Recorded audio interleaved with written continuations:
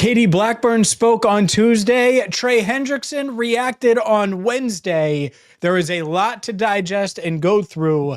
It's the Bengals, it's Trey, and yes, it feels like it's about to be a fight. Let's get into it right now on Cincinnati Bengals Talk. Today's video brought to you by BetUS TV, and let's get into everything that's gone on in the past 24 hours, because a lot just happened. A lot just happened like 5 minutes ago as Trey Hendrickson made me stop exactly what I was doing and glued to my phone as I watch on, well, if you're watching on YouTube, on this very platform, YouTube, and I'm watching Pat McAfee and I'm watching Trey Hendrickson, and they're responding to this quote from Katie Blackburn, the Bengals executive vice president, talking with multiple beat reporters. It was Kelsey Conway, Paul Dehner Jr., Ben Baby. They all made the trip to sunny Florida at West Palm Beach to talk to Katie, not to enjoy the weather, to talk to Katie. And they did talk to Katie, and they asked him about Trey Hendrickson, which is very, very valuable because, well, she said this, quote, "He should be happy at certain rates that maybe he doesn't think he'd be happy at. Some of it is on him to be happy at some point. And if he's not, that's what holds it up sometimes. It takes time to say yes to something. We have all the respect in the world for him. He's been great, a great player. We're happy to have him. And so maybe we'll find a way to get something to work. We're just going to see where it goes." And look, I don't have a problem with that quote. A lot of people did. I don't. But if you're offering that quote and there's ongoing communication, it's one thing. But if you offer that up and you haven't talked to Trey's camp in a while, that's another. And that's where this story starts, I would say. Trey sees this quote. Trey gets pissed off. Trey checks with his agent. He poked fun at it. He said, "Man, I thought it was an April Fool's joke," because everyone on social media had Trey getting traded or signed yesterday for April Fool's. That's why you come to us and you hit that subscribe button, because we're not going to say anything unless it actually happened. And so I look at that quote and there's no issue, but you only have so much context. And so if the Bengals are going to bungle this by ignoring Trey, not communicating with him, not explaining their side of things, not showing him the love and value and all of the things that he's wanting right now, well, then this is going to get ugly. And that's my takeaway from today. I'm going to get into the particulars about what Trey said, how I interpret them, all of those things. This is going to get ugly because Trey wants his money. And he has a reason to. The one main point, and the reason why I think it's going to get ugly. Last year and the year before, I've been talking about long-term contract, guaranteed money, things like that. And it was discussed with me in a meeting, which I'm very fortunate to have had with my agent, that we would get something done this year. The Bengals discussed in a meeting with his agent that this would be the year. So last year, he wanted paid. And they said, "You got 2 years left on your deal. Play this year out, ball out, and we'll tackle this next year." Okay.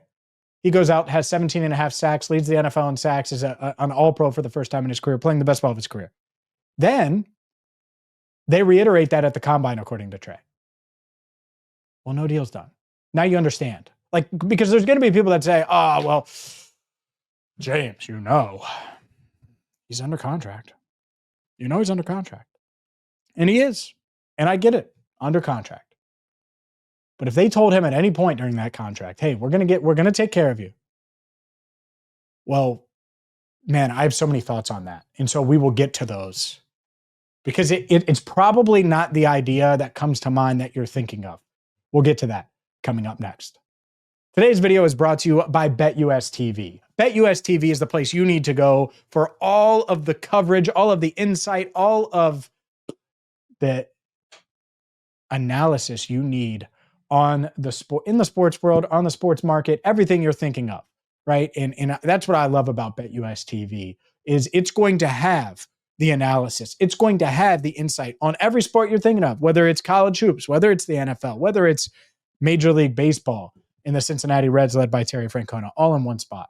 And so BetUS TV is the place to go. Don't delay. Check them out. There's a reason we've talked about BetUS TV for as long as we have. Again, get to BetUS TV. All right, so this is the issue, the big issue. with the whole Trey Hendrickson situation. If they told him last year when he had 2 years left, hey, Trey, we're going to take care of you. Let's do it next year. Well, why the hell did you kick the can down the road?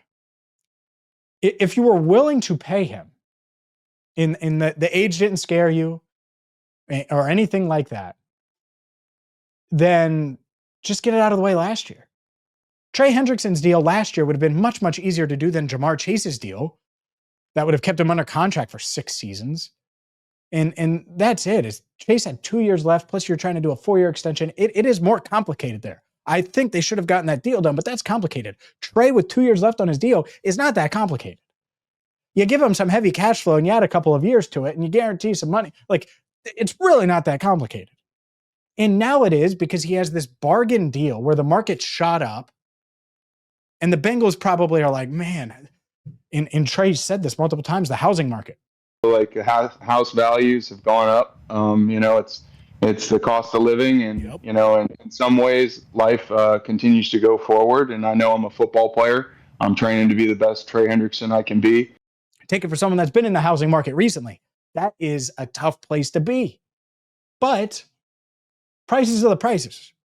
You can roll your eyes, you can balk, you can be mad at the interest rate, you can be mad at the prices. But the defensive end market has gone up. And it's gone up over the past few months. It's gone up since the combine. I remember telling someone at the combine that $28 million per year will probably get it done. I don't feel that way today.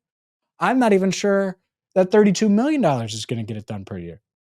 And the reason is because you look at it, Danielle Hunter, a $36 million extension.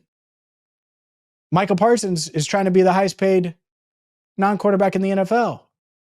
And yeah, Myles Garrett and Trey Hendrickson are different, but did you look at that Max Crosby deal? I think Max is like a bigger star for the Raiders than Trey Hendrickson is for the Bengals. But you look at Trey's production, and then you look at how hollow that Max Crosby deal is. Because when I initially saw Max's deal, I'm like, oh, well, Trey's not getting that. It doesn't matter. But now multiple guys have gotten that. And multiple guys are in their late 20s. And yeah, that deal's hollow at the end there for Max, but it does change it. And that's why when I look at Trey and he talks about communication, he brought up the fact that he has the same cell phone number that he's had since high school. He said 3 years ago, he brought up how he wanted more security and guaranteed money. Last year, same thing. The year before, and that's it. So gave him the 1-year extension 2 years ago. He's saying 3 years now, but 2 years ago is when he asked for that long-term extension. And maybe he did 3 years ago, and they gave him a year. And so then he plays out that year. And then last year he revisits it and says, hey, I had 17 and a half sacks. And then he goes out there again and has 17 and a half sacks. And he's seeing the market continue to go up and he wants to get paid.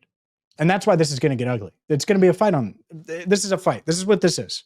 Dukes are up. The Bengals not communicating great, not prioritizing it at a really, really high level, clearly. And Trey is like, hey, by the way, I bleep and want to get paid. That's what we're looking at. And Trey firing back so quickly. So that quote surfaced. I think Kelsey was the first one to put it up, but they all had it. Like Ben had it, Paul had it. And if I'm missing one of the local, I'm sorry. I wasn't down there. I don't know. So maybe there was another local reporter or two. All colleagues, I love you if I missed you. But just to be clear, I'm trying to credit everybody that made the trip down there to talk to Katie, not for the weather, to talk to Katie. But I think I really do. I think that when you see that quote and it's like, all right, well, on the surface, it's nothing. I wrote that at bengalstalk.com this morning. And so that surfaces at 7 or 8 p.m. on Tuesday night is when it came out and it was first written. And then, I mean, he was on Pat McAfee at 1:15 on Wednesday. So do the math there. 16 hours, 18 hours later, it's like, oh, really? Yeah, roughly 18 hours later. Like, actually, Katie. And that's where this is going. Just prepare yourself. Because I don't think the Bengals see this and are like, oh, we got to pay Trey. Like, I don't think that at all. And so Trey's digging in more. making it very clear. Think about it. Someone that very rarely talks to the media is being loud now. And it's multiple McAfee interviews. And that was a loud one. Loud. Like that, you're going to see a bunch of articles on it. There's going to be we're going to spend 30 minutes on it on Locked On Bengals. Like, because there's a lot there.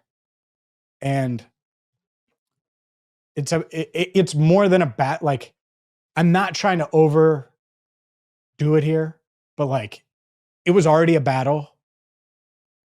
Like this could be more than that. This could turn into a war. And who blinks is going to be interesting, because if you just peel back another layer, all right, well, let's say the Bengals are like, you know what? We don't need this. Let's trade him. Well, the trade deadline's in 22 days. You want to trade him before the NFL draft starts, just so you know what you're looking at from an asset standpoint.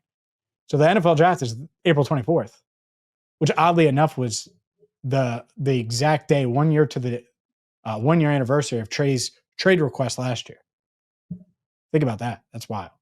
So will it get done?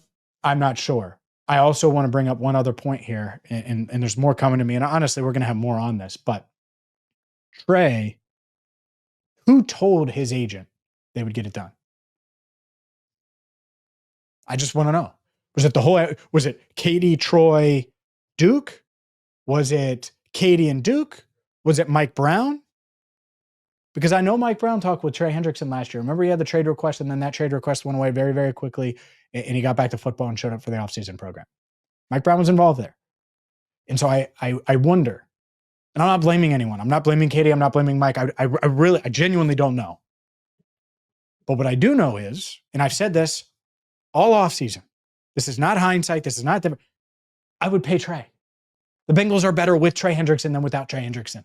You're trying to win now. And so everything always has to be a struggle. It's got to be a grind. And it is what it is. There's no doubt about that. And it doesn't mean, like, I don't think the Bengals are completely wrong with probably some of their approach. I don't know the entire approach. I also think that I would want Trey done by now if this is what it was going to do, or have the communication clear enough, because that's all it really matters. At this point, like, if you have the equity built up with Trey, and you probably do, you've worked on 2 deals with him, his first contract and then that 1 year extension. It's like, as long as you're communicating with him and like, hey, here's the plan. This is what we're going to do. We're going to take care of you. I promise. It's probably not getting to this point. So like, that's all they really have to do is just communicate, make it fluid in a good back and forth. You don't need to close on the house today, to go back to the house analogy, but you certainly can't like stand in the front yard and say, we may offer, we may not. Like, pick one way or the other. Pick one way or the other. And it's, again, not a perfect analogy, but it's interesting times. I think the Bengals and Trey Hendrickson, boxing gloves are on.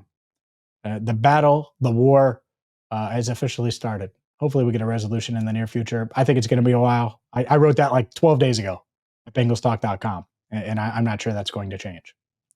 Today's video was brought to you by BetUS TV. Make sure you check out last night's episode of Enter the Jungle. It was a special live edition right here on YouTube. Hit that subscribe button. Follow wherever you get your podcasts, and that includes Spotify, Amazon, and Apple. Please tell someone about our podcast audio platform, because when the draft hits later this month, we're going to have audio of the conference calls with all the draft picks. And so that's a whole nother thing that you're not going to be able to get on YouTube, that you can get on audio. So go there, even if you subscribe. We should have 54,000 people that are subscribing right now, following on our audio channel. So please do that for us and help support the channel. Until next time, I'm James Rapien. Thank you so much for watching and listening to Cincinnati Bengals Talk.